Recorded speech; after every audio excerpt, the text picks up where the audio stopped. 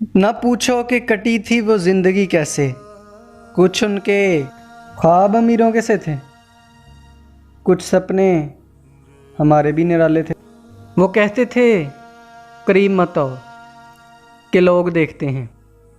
कुछ वो भी जिद के आदी थे, कुछ हम भी हुस्न के जियाले थे। दूरियां भी कोई इतनी ख़ास तो ना थी, बस बढ़ती ही रहीं, पता नहीं कैसे।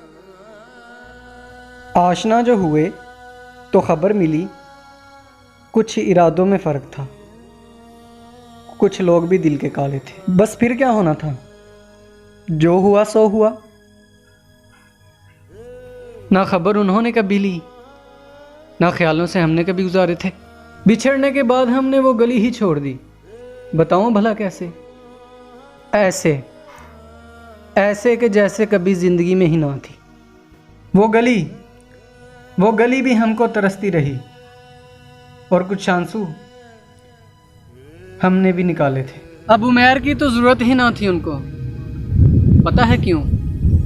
चलो बता देता हूँ कि सदका थी हमारी ज़िंदगी उनके लिए, जो उतारा हमने। जैसे हम उनके दीवाने थे, वो किसी और के दीवाने थे।